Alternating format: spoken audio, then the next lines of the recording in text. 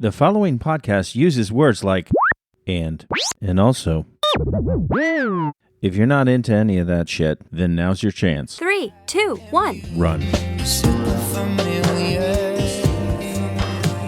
Super familiar. I wanna be super familiar. Don't be a stranger.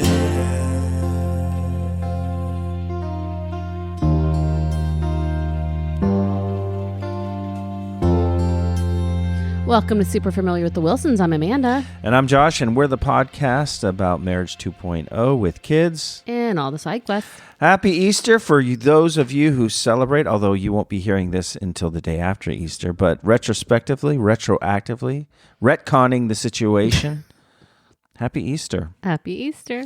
I wonder how many folks out there participated in the tried and true Easter egg hunt.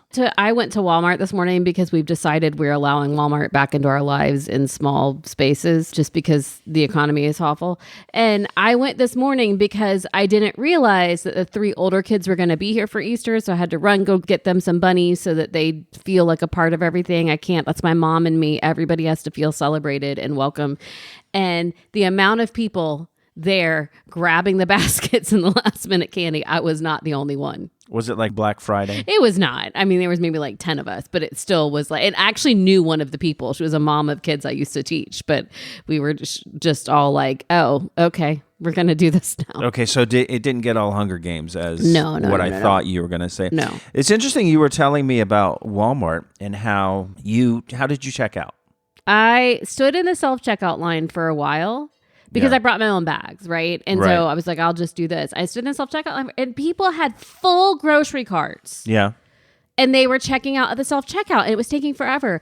And I looked over and the cashier-assisted aisles had like one person in each of them. So I went and just walked right up. Now, I will say the cashier looked annoyed that I had my own bag and just put everything on top of the thing and I bagged my stuff myself, which is fine. But they stood there with their arms crossed, kind of judging me while I did it. But it's fine. I'm happy that I didn't have to use plastic bags. I've seen this before where people will choose a long line at self-checkout rather than going through the lanes and have the cashier. And I want to know what's up with this behavior. This is, I think, a big sociological thing. I can just feel it. So there's this class, an undergrad education class at UF, the College of Ed. One of your assignments is you go and study crowd behavior. Yeah. And the professor would have them go and like just stand in Target or Walmart and also elevator behavior too. But it's a thing, like watching people at the checkout line and doing like a sociological kind of data collection. It's a thing. So you should take this class. I mean, we're doing a podcast here. For you to take a topic that I bring up and say, why don't you take a class about it, as opposed to us talking about it with these lovely people, annoying a little bit. But let's talk about this. To me, it's, I guess, one of 3 possible explanations. Number one, they saw Jabba the Hutt at the till, and they're like, I'm not going to mess with her because she's grumpy with her arms crossed, right? Or it is people are introverts. Yes, that's what I think is and more they don't want to deal with it. Or it's that people have this weird bias. If I do it, it will be quicker. Yeah, and it's not because, especially I was watching this guy, he had so much produce and you have to weigh that and like find the label on the scale and do all of this. Cannot be faster. It isn't. I wonder if people are like embarrassed about what they're buying. Like if they don't want the judgment of what they're buying. They can't all be buying rubbers and lube. Okay. Well, there's that. One, I think that people just don't want to talk to people. And that's another thing. Or they have like some social anxiety or whatever, like you said. I also kind of wonder how many people are skipping like every third item and not scanning it. Oh, that's interesting. But don't they have to? Isn't there like a little weight that you're supposed to set the item down? The weight is if you scan it and you don't put it in the bag, then it says like skip bagging, or like a CVS does this to me. If you, because I always self-checkout at CVS. Right. If you scan something and then you can say skip bagging, and then the next one, if you scan it and you don't put it in the bag, it won't let you do 2 in a row. It makes the employee come over and I don't get it, because you've already scanned it. So I don't really understand the logic behind that.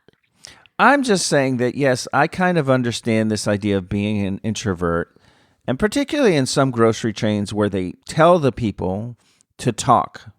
Like Trader they tell Joe's. they tell the people at the till to engage in conversation.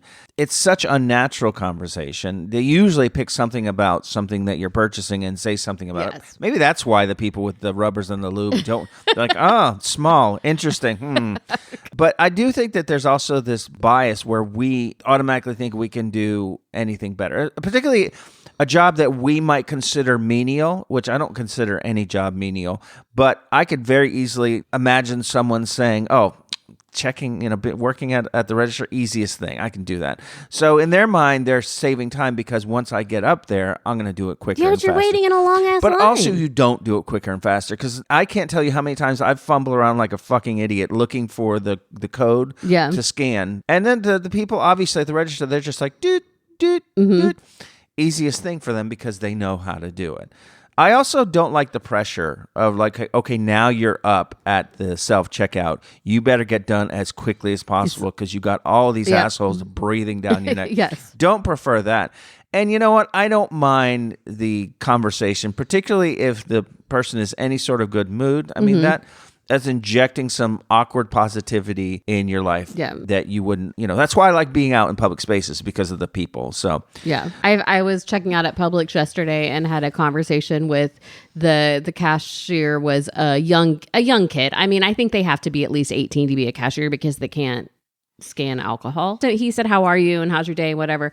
It always throws me when they say, do you have plans for the day? Because sometimes they'll ask me at like 4:00 and I'm like, no, I go to bed at like 7. I don't know how much plan time you think I have left in this day. I think these people at the register should be careful asking someone, what are your plans for the day? Because what if the person says, I'm not doing anything. What are you doing? Right. Let's go. Yeah. Well, so then I asked him if it was busy for Easter and he said, oh yeah, just, really steady. And I said, well, that's good. It makes the time go by because I am my father's child. I can talk to anyone, as you well know. Depending on, what's happening in your life. That's right. What various hormones are racing down the hallways of your bloodstream. If I'm feeling like stable, I can talk to anyone. And then he started telling me, yes, but I only have an hour and a half left until my break. But then I don't live near here. So I work 10 to 10. I got very confused. Then all of a sudden we were talking about where he lived. And then the whole thing, I got really confused. What if that's where the checkers are testing out their pickup lines? Like it's just R&D for them. They know that they're, and they're not interested either, but it's just like practice for them. It's that's better. good for them then if they get the practice. I just think it's interesting how humans would rather struggle alone than efficiently interact. Or ask for help. But efficiently interact because you see this all the time when people are driving. And if jackasses would just drive the speed limit, especially we're talking about now when you need to merge lanes, when it's going from like 3 lanes to 2 lanes. And if you do the zipper system where every other car goes from each lane. So much faster. So much faster and more efficient. But there is no way. It is physically impossible for that to happen in this universe. In this timeline, ain't gonna happen. Because everybody is just what my needs are the most important. I've seen these bumper stickers that say, please let me merge or I'll cry. Or like, bestie, let me merge. I mean, and I will let those children merge because I know it's stressful. It's hard. I don't like it. And if I see people like being kind and polite and they're driving, I am much more willing to let them in than the people who like will just skip the whole line, go up to the front. I'm not letting you in. Well, I'm from Miami, so I have a bachelor's degree in not letting people in. It's a thing. I just think that self-checkout at the end of the day, I think it's less efficient. And really what you're doing is it's an introvert tax. It's taxing your time. It's making it longer because you're going out of your way to do something by yourself. And that's anything in society where you could benefit from teamwork, from collaboration, and you're just like, fuck it, I'm going to do it myself. Introvert tax right there. But we had started talking about Easter, which is what I originally wanted to talk about. Well, then I went to Walmart. I know. And we have a situation that could potentially turn into a problem because in a wee few hours, we are going to have an Easter egg hunt outside in our neighborhood. We have a green space in the back where all of the houses on both sides back up to, so all the garage doors open into an alley, and then beyond the alley is a green space. We will sprinkle, we will throw, we will chuck eggs all over this green space for our children and the neighbors' children. Not all of the neighbors' children. No, but this is the crux of our problem. With a set of neighbors, their That kids we like. because yes, that we like. By the way, are we sure that any of our other neighbors don't listen to this podcast? Because that would be awkward. Anyway, let me keep going. I mean, we're not wrong. Okay. So the other neighbors that we have in the neighborhood, by and large, they ignore us, right? Mm-hmm. And it's a little bit of an awkward situation because we'd like to be friends with everyone. We would like to all run around dressed in our uniform costumes, farting sparkles out of our ass. We would like to do this. I don't want to do that. We don't. We can't. We haven't been able to break through, and so now I've kind of stopped trying. But we're going to have this Easter parade happening here, this Easter egg hunt in our back green space. I guarantee you some other children from the other neighbors are going to come out and want to participate or may wander over and pick up an egg or something. What are we going to do about Well, it? here's the go ahead because the eggs are empty. What? Winthrop decided that we needed to not fill the eggs. So Winthrop made this rule. So we're having the egg hunt with neighbor Kate and Tony and their kids. We decided that we would not fill the eggs because at Winthrop school for their Easter egg hunt, they go and find the eggs and they have X amount of eggs they can find. And then they bring them back and turn them in for a candy bag. Right. So we decided this was a good idea. We have like 100 empty eggs that are here that the big kids are going to go hide. And then when the 3 younger ones find it, they come back. I went over to neighbor Kate's last night. We made candy bags for the 3 younger children. It will last them until Halloween. I am certain it's a lot of candy because Kate and I kept thinking we didn't have candy and kept finding candy that we had bought and forgot about because perimenopause. And so there will be, the neighbor children are welcome to come pick up an egg. There's nothing in it. You know what I'm going to tell them is in it when they ask what's in it? What? The Holy Ghost for Easter. That's not, no, that's the Holy Ghost isn't the major player in the Easter story. Well, I mean, I'm not buying baby Jesuses. That's Christmas and Mardi Gras. Okay. And so what am I going to buy? Crucifixes? That's terrifying. So Muffy was so mad the other day. She got in the car when I picked her up from school to bring her home for the weekend. And she said, we were talking about Easter and she said, I was on campus today and there was this girl passing out Easter eggs, plastic Easter eggs. And she's like, do you want an Easter egg? And I thought, yeah, I could really use some candy. And she opened it up and it was just a Bible verse. Oh, no. I was like, at least put candy with the Bible verse. Oh, the Christians now you've just annoyed people. The Christians are appropriating Easter. What can you do there? I know. I think they think it's theirs. Speaking of the neighbors, we have an issue. We have a situation with Winthrop that has not, in my mind, been resolved. I think that you were making a much bigger deal out of this than it is. We had the neighbor children over last week, and they got some sidewalk chalk, and they drew pictures and wrote stuff in our driveway. And it was very cute, and I love that. I love when they do that, by the way. The Easter bunny that... I want them to cover the entire driveway with chalk, so we're going to have to buy a big-ass load of chalk, because I want the whole thing to be covered. Anyway, a couple days later, I was out there with Winthrop. We were playing 2 square, and I went and got the broom to get rid of some leaves, and I was like, I wonder if this chalk will sweep up. I wonder what it'll look like. So I swept some up. He looked at it and said, why are you doing that? I said, well, the rain's going to wash away anyway, and I'm not like trying to hurt anyone's feelings. I was just curious what would happen if I swept this chalk. In my mind, it's done. The next day, we have those same children over to play, and the parents are all sitting outside, and Winthrop and the children are on the driveway playing. And the first thing he does is he goes over, and it was a drawing of a lemon that I had erased.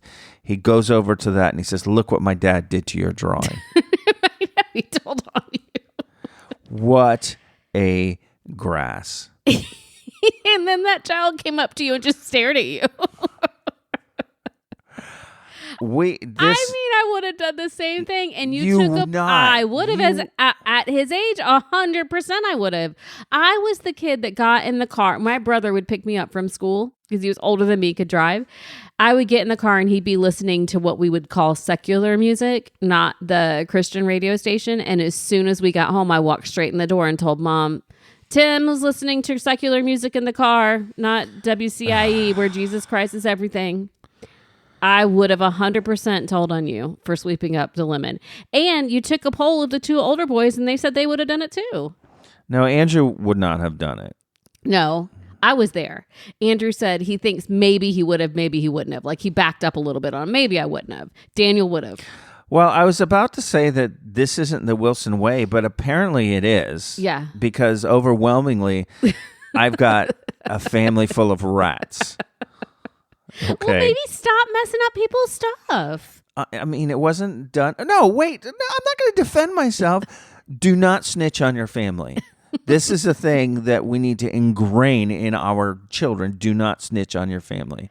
We're going to a Sopranos party next week. Behavior like that would not be acceptable in the Sopranos family. What am I supposed to wear to a Sopranos Don't change party? the subject because you're embarrassed by your behavior. I'm not embarrassed by my behavior. I know you should be. Anyway, parents out there, are your children little snitches? Let us know. Familiar Wilsons with an S, familiarwilsons at gmail.com. That S stands for snitch. Apparently it does. Damn it. But even the dog is a snitch. We know that the dog is a snitch because he barks at everything. He tells on everyone. Do you think that? See, I think when he's sitting upstairs on the red chair looking out the window and barking, I think he's telling people to leave the house alone. But do you think he's like just really complaining about us? He's telling on someone. He's either telling on us or he's telling on the people outside. I mean, he's doing something. I don't like it. I'm already annoyed at him because I took him on a walk this morning. And I've been taking him on longer walks because I know that it's healthy for him. And he'll stop and he'll smell this or that. And that's like sensory engagement for him. Yeah. Really good for him cognitively. And he's an old pup at this point. So I take him on a long walk. I noticed something this morning, or I won't say that I noticed it because he does it all the time. I just thought about it a little bit more. It annoys me that when we first go out in the morning, he will have just a big long wee, right? Yeah. Just right in the grass in front of our house. Yeah. Then we'll go for a walk, and he has saved up enough. Yes. No fewer than 5 or 6 times today stop and leave his mark on something. Oh, he's marking. It's definitely 3 houses down because they have a golden doodle, and he is not about that dog, and so he likes to pee in their yard. I've never, when I'm upstairs in the morning peeing, do I say, I need to hold some back and set in case I see something really, really cool that I want to pee on. It's not a thing. It's not a thing for me. I'm glad for you. I could be the dog, but not because I'm saving it up for marking, but because apparently one of the things with perimenopause is that you feel like you're pregnant again and just have to pee all the time. So that's a thing. Well, I could walk 10 feet and probably have to pee again. This is why I will not go on walks with you. I did look it up, and research on canine behavior shows that urine contains chemical information on sex, health, dominance, etc. And so really they are marking it so that other dogs can happen upon this scent and then receive information about that dog. So clearly, as soon as the dog species evolves and develops business cards, they will have no more need for this behavior. They're leaving their calling card. That's what it is. People used to leave calling cards. Okay, but you say information about sex. Do you mean like male, female dog, or do you mean like whether they're active or not? Probably both. Because this one's never had it ever. Yeah. I mean, we took that away from him at a very young age. Probably all of that. Dogs have an extremely sensitive sense of smell. So there you go. I think with humans, what we do, because business cards aren't a thing anymore, if we want to leave our mark on something, we leave a Yelp review. Yes. You know what? That's our peeing on. And usually it is peeing. If you're compelled to leave a Yelp review, it's usually going to be negative. Right? So maybe you're peeing on it and shitting on it. Who knows? Yelp reviews are either like, this was the best thing that ever happened to me, or this was horrible. There's never just this was fine. Like, you can never just find the reviews for it's fine. Right, it's because like, there's no passion in that. If you're going to take the time to leave an online review, there's got to be passion behind it. So it's either exceptional or it's crap. But I want to know the just fine, because that's something that I would do on my daily basis. Is this grocery store just fine? That's great. Then I'm not expecting any kind of drama one way or the other. It's just fine. I feel like if you look on Yelp reviews to a grocery store that is very active and you see like 7 reviews, then there's your just fine. Okay, that's fair. Because most people, they're not bothered enough to want to pee on it, but they're not excited enough to want to tell anyone else about it. It's another guilty pleasure. Is this grocery store. So now when I go to conferences and things and people aren't giving out business cards anymore. You know what they're doing? They're peeing on you? No, they walk out, they have their QR code and they're wearing it in some way, and then you just scan it and then you have all their information. And they can add like all the papers they've published and like all this stuff. This is the thing now. I think I just want to have a random QR code. I think I'm going to get a t-shirt with a QR code on it, and it just leads to utter abject nonsense. Okay. Or like just a picture that I change every week. I curate a picture. Every week it's different. Oh, that's an idea there. It is, because you could link it to your art stuff. No. I want this to have no other agenda but just to make people feel slightly like strange, like a little unnerved. You know what I'm saying? I scanned this picture. I went to a picture of an empty Easter egg. You know, just something really weird and slightly disturbing. That's what I want to do. No, they would come up with some sort of allegory for the empty tomb. Yeah, okay, we're not doing that. People Okay. find narrative everywhere. That they do. Puts the self in self-righteous, the suffer in insufferable. Bono's a knob.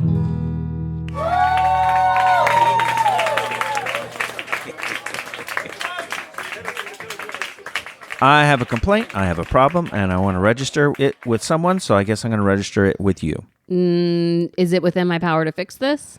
Probably. Okay. I have a problem with the song Walk Like an Egyptian. I mean, well, first of all, it's, I think, borderline racist.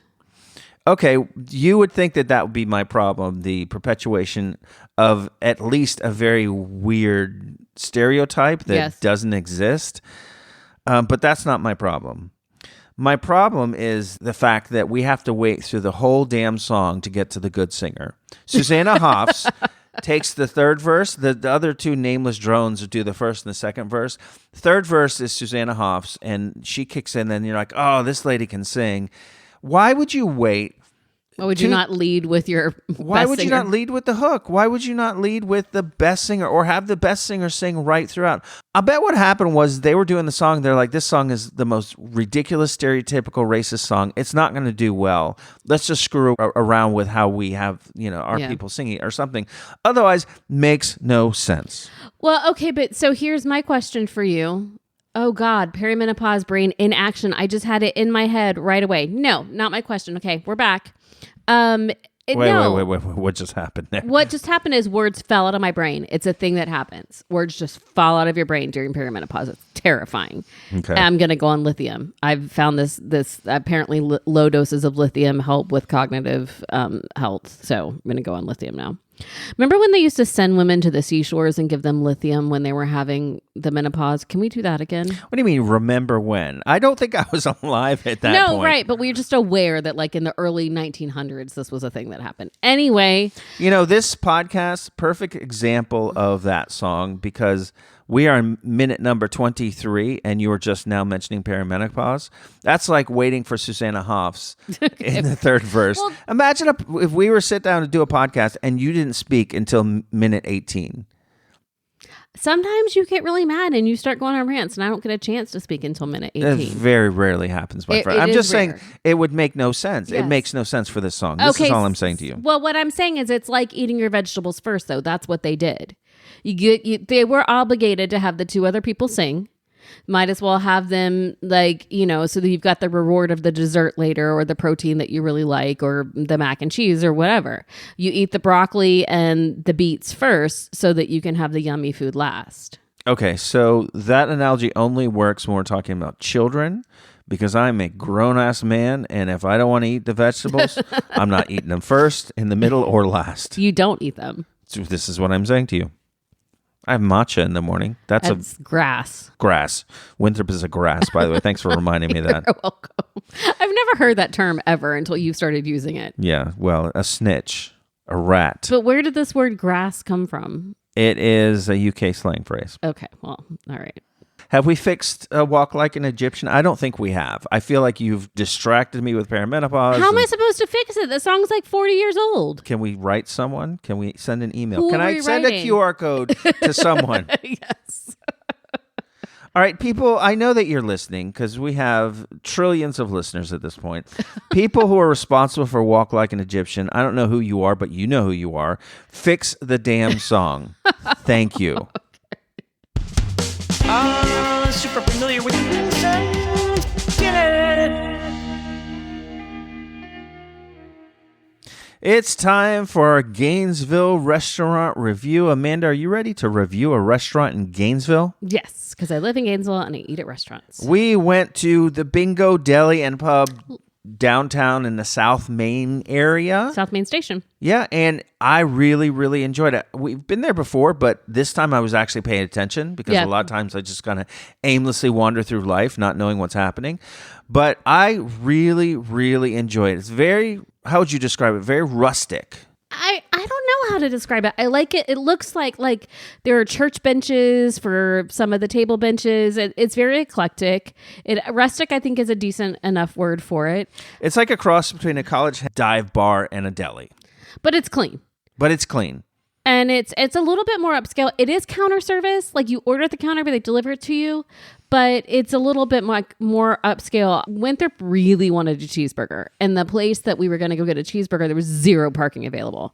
So we went there and he and I shared what was basically a cheesesteak sandwich, but like the best one I've ever had. Yeah. Like so good.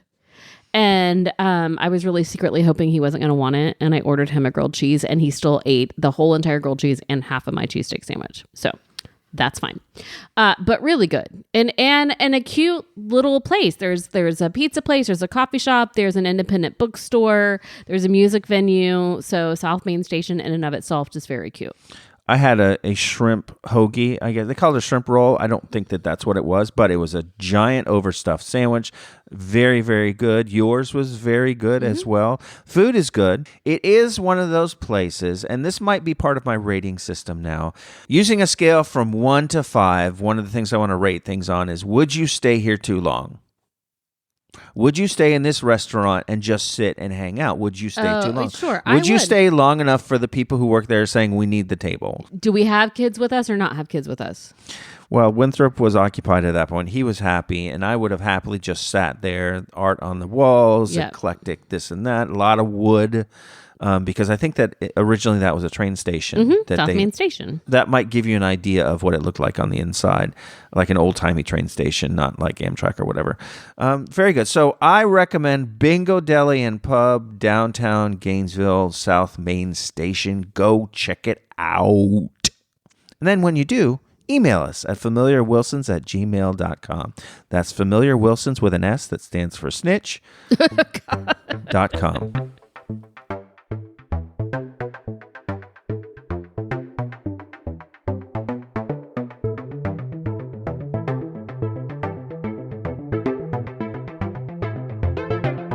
What time is it? Game time. All right, that music by AJCW means it is game time, and we have not done a flashbacks in a while, and I think this flashback might be a little bit Easter themed. We will see. At least the first one is Easter themed.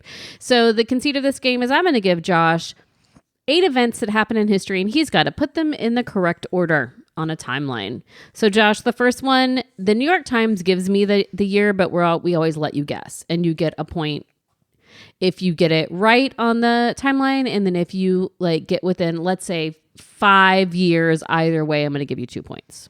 Oh, this is already way too complicated, but go ahead. Okay. Robert Strohecker, that's a name, makes a 5-foot-tall chocolate rabbit. It helps popularize candy Easter bunnies. That's okay, this is going to be in the 1800s, so this is going to be like 1850. 1890. Bam! So you get 1 point for that. 1890, okay. All right. Moving back along to your friends, the ancient Egyptians. Oh, you just gave me a clue here. Ancient Egyptians are among the first to create a sweet confection that mixes nuts and honey with the sap of swamp plants, which are known as marshmallows. Oh, no I had no idea. That's really cool. Marshmallows with nuts and honey? This is why we play this game. We learn things. Okay. Yeah. All So right. before or after 1890? Well, I'm going to go ahead and give myself that point. Is before 1890, and I have no freaking idea. Let's say that it is 200 BCE. 2000 BCE. Oh, why did you gasp? Because I thought you got it right for a second. And then I saw the extra. I was like, damn. No, it's circa 2000 BCE.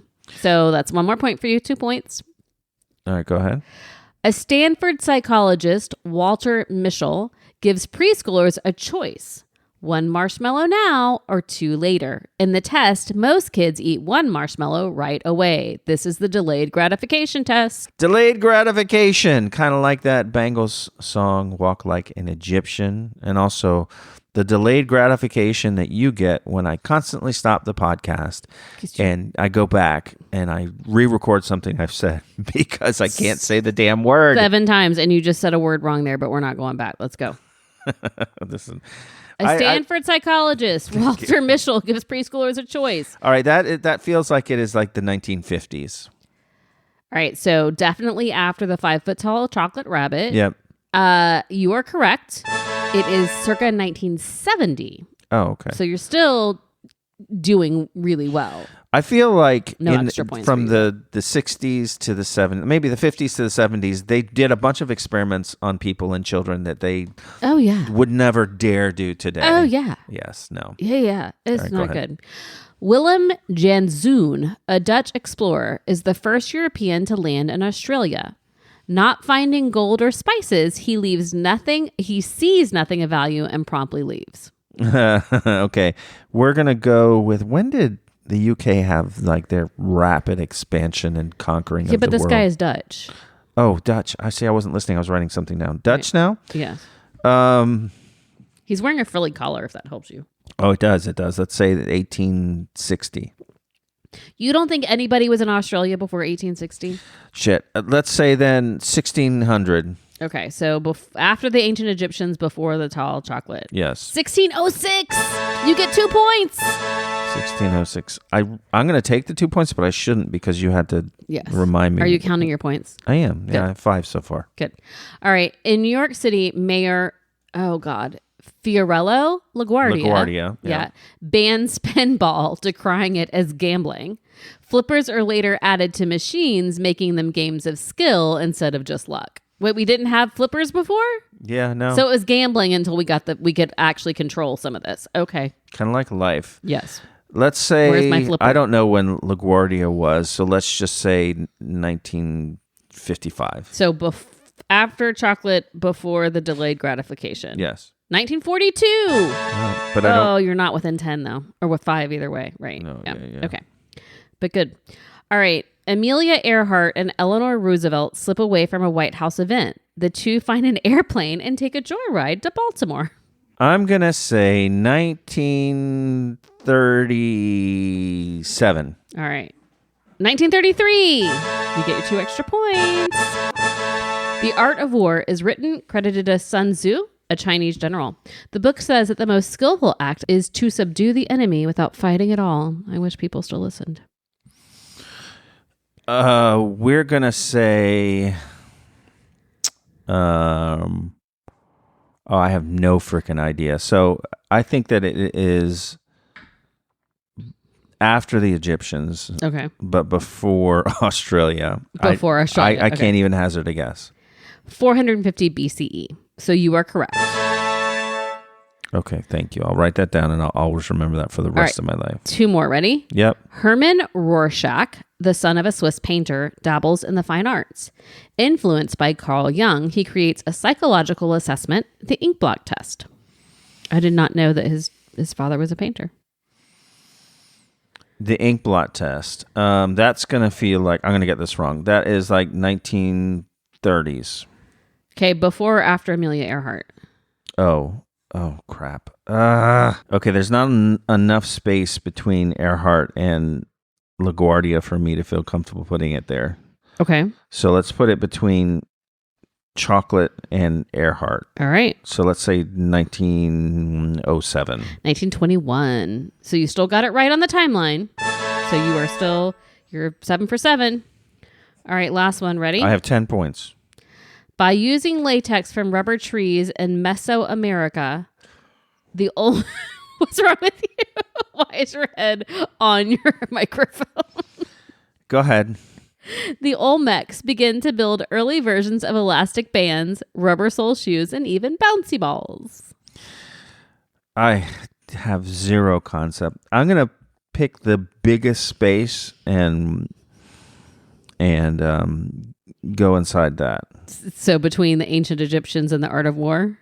No, between Australia and Charlotte. And also, thank you for not calling me out for saying that I'm going to take the biggest space and go inside that. I don't even think about sex anymore. Perimenopause, I love you. Also, big spaces I don't identify with that. Okay, wait, where Charlotte? Where is Charlotte? Chocolate. I Oh, can't chocolate. read my own writing. Okay. Oh no, 1600 BCE. You would have been right if you would have gone with what I said. Damn it to hell. All right, so really quickly, these are the reasons why some of these are in this week. The ancient Egyptians, it's because after a backlash, Hershey's promised to focus on natural ingredients and real chocolate in its desserts. And then the Easter bunnies is because chocolate bunnies are being created now with some extra personalities. So let's see, we've got some with baby bunnies inside of them. Some of them have like dried nuts and stuff in them. So people are going a little bit crazy on the Easter bunnies. But the one that I really want to leave everybody with is the good list. So this is the Amelia Earhart and Eleanor Roosevelt going on a joyride. So the New York Times does something called the Good List. It's 7 things to add some delight to your day. It's just a little newsletter. And so it's like just happy things. This reminds me of when I used to like Oprah's Good Things. Or no, not Oprah didn't do the good things. Martha Stewart did the good things. But this is just happy things for your day. It'll come to your inbox. So try the Good List, 7 things to add some delight to your day. And let's just go ahead and say that is my recommendation. So you got 7 out of 8? Yeah, I got 10 points using our system, but I need Why to did tell we make you up that right system? now that there is nothing more horrifying, I don't care if it's chocolate, than biting into something and finding a baby version of that something in it. Biting into a chocolate rabbit and finding a baby bunny inside the chocolate rabbit's uterus, not a thing that I want to deal it's a with. mango baby. It Not- will kill you. Not a thing that just so gross. I'm so grossed out. Canceling Easter for next year just because of that. All right. Email. We have some listener feedback. Remember, Oh, if you no. want to let us know what you think of what we're saying, even if you don't think much about what we're saying, good thing we're not on Yelp, right? Yes. Send us an email at familiarwilsons with an S at gmail.com. Listener Matt wishes to opine on what we talked about last week, where you used the term "my love" Oh, yes. disparagingly towards me. No. No. The words that came before my love were disparaging. I was just identifying you with my love. If you want to know what we're talking about, listen to last week's episode. He says, instead of my love, we operate on starting the insult, stopping, and then engaging in malicious compliance. In other words, what the fuck? Honey, what do you mean by that? Or that is what did you say you wanted for dinner? So, Amanda, what do you think about that being our new system? I don't want to have to stop and edit myself. What? What? Because I won't remember, and then I'll just say that's stupid, and then you'll get mad. Like, I won't remember. I didn't know that you were that high on the cognitively impaired scale right now, listen, my friend. perimenopause is taking me down. Look out, go to the chopper. Okay, so if you want to let us know what you think, familiarwilsons at gmail.com. I also just got really sad because a really good friend of mine just sent me a text and said, when you realize this is the only basket you're getting for Easter and it's just a basket of dirty clothes. And I'm sad now because no one gets me basket. I make sure everybody feels celebrated and no one buys me. And my mom always got me an Easter basket. Even when I was in college, I always got Easter presents. Nobody gets me Easter presents anymore. Did you give her a basket in return when you were growing up? No, I just got up and went to church early because she always, the only time she could get me to go to the early service was on Easter and Mother's Day.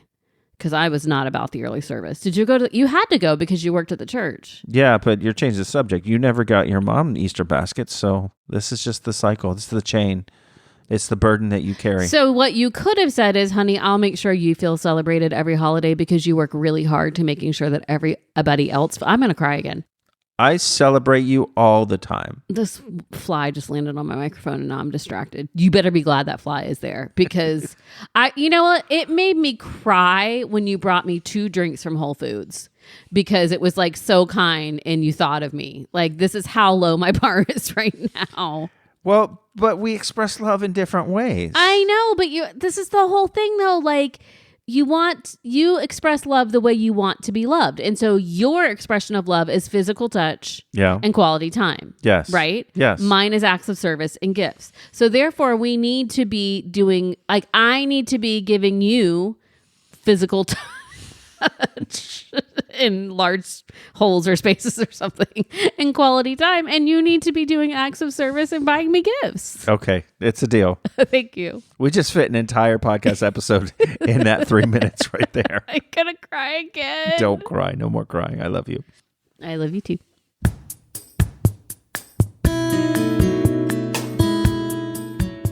All right, Amanda, that's all there is. There is no more. What do you think of that mess? I don't know. I'm still trying not to cry.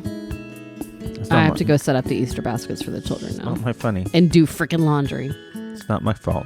You said it's not my funny. What's wrong with you? You're a funny bunny for Easter. All right, so we want to Poetry night tonight. I'll do that. That'll be my poet. Are you coming poetry. with me tonight? If Muffy will let me. Okay. She's got a French test to study for. All right, well, she can study for the test, and Winthrop could study for his Minecraft test. Yes. Open book. Yes. All right, we'd like to thank the following people for just being so wonderful. Justin, Matt, Antonio, Josh Scar, Daniel J. Buckets, Chicken Tom, Monique from Germany, Joey, Ryan Baker, Refine, Gay, Jeff, Mark and Rachel, and Dan and Gavin. Thank you all for being so peachy keen wonderful. You and Dan and Gavin and Mark Plant were on about stuff in the chat today. Do I need to know anything about this? We were talking about what we should do with the eggs, whether we should let the kids come and grab the eggs from the neighborhood or whether we should turn them away. What did they say? Dan says no eggs for douchebags, and Planty says that you should give kids eggs. You said you haven't met these kids. Excellent. Good. All right. Listen, people, go out there and share your eggs and be kind. It's share your eggs. You can get money for selling your eggs? Yeah, you do. Can you? Yeah. Probably more money than selling sperm, right? Yeah, because that retrieval process is a lot different. Well, I'm sure that you've got a lot more guys willing to... Yes. There's no, like, cup and a magazine for egg retrieval. Like, that's, like, general surgery and stuff. Talk about an open book test. All right, folks. Oh, God. Until next week, y'all have a happy Easter. Or, Passover, whatever it is you celebrate. Oh, by the way, I almost forgot. Thank you to Chris Barron of the Spin Doctors. Thank you to Ricky Kendall of Gainesville and AJCW of Outer Space and the Monument Mythos for our music. That's all I got for you. Peace. And also your sperm.